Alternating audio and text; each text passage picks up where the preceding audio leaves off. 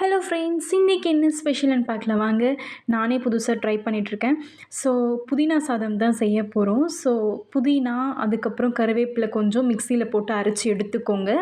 அது வந்து பேஸ்ட் மாதிரி இருக்கணும். அதுக்கப்புறம் வந்து அரைச்சாச்சு. நெக்ஸ்ட் வந்து ஆனியன், க்ரீன் சில்லி, அதுக்கப்புறம் கொத்தமல்லி இதெல்லாம் வந்து கட் பண்ணி எடுத்து வச்சுக்கோங்க. நெக்ஸ்ட்டு வந்து பூண்டு கொஞ்சம் கட் பண்ணி வச்சுக்கோங்க. அதுக்கப்புறம் வந்து ரைஸை நல்லா இந்த மாதிரி ஆற விட்டுடுங்க. அப்போ தான் நல்லா வரும்.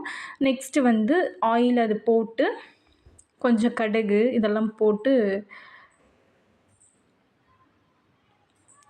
கடுகு இப்போ போடுறேன். இந்த வீடியோ உங்களுக்கு பிடிச்சா லைக் பண்ணுங்கள், ஷேர் பண்ணுங்கள், சப்ஸ்கிரைப் பண்ணுங்கள். இந்த மாதிரி வீடியோஸ் நிறைய உங்களுக்கு நான் நிறைய ரெசிபி ட்ரை பண்ணி போடுறேன். ஸோ நீங்கள் என்னோடய சேனலை சப்ஸ்கிரைப் பண்ணி வச்சுக்கோங்க.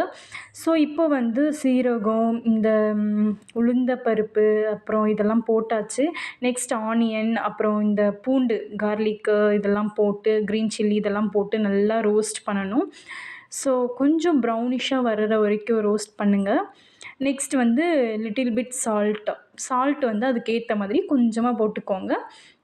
அதுக்கப்புறம் நல்லா மிக்ஸ் பண்ணிகிட்டே இருங்க. அது நல்லா ரோஸ்ட் ஆகணும். நெக்ஸ்ட்டு வந்து நம்ம அரைச்சி வச்ச பேஸ்ட்டு, அதுதான் அந்த புதினா அதை அரைச்சி வச்சோம்ல, அதை வந்து நம்ம இதில் போட்டு நல்லா மிக்ஸ் பண்ணி அந்த பச்சை வாடை போகிற வரைக்கும் மிக்ஸ் பண்ணி இந்த மாதிரி ஆகிடும். ஸோ அந்த மாதிரி ஆன உடனே ரைஸை போட்டு நல்லா கிளறி விட்டு செம்ம டேஸ்ட்டாக இருந்துச்சு. லாஸ்ட்டாக கொஞ்சமாக புதினா வந்து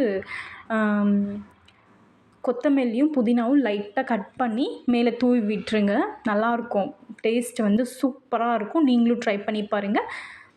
அதுக்கப்புறம் அதை வந்து ஹாட் பாக்ஸில் போட்டு எடுத்து வச்சாச்சு.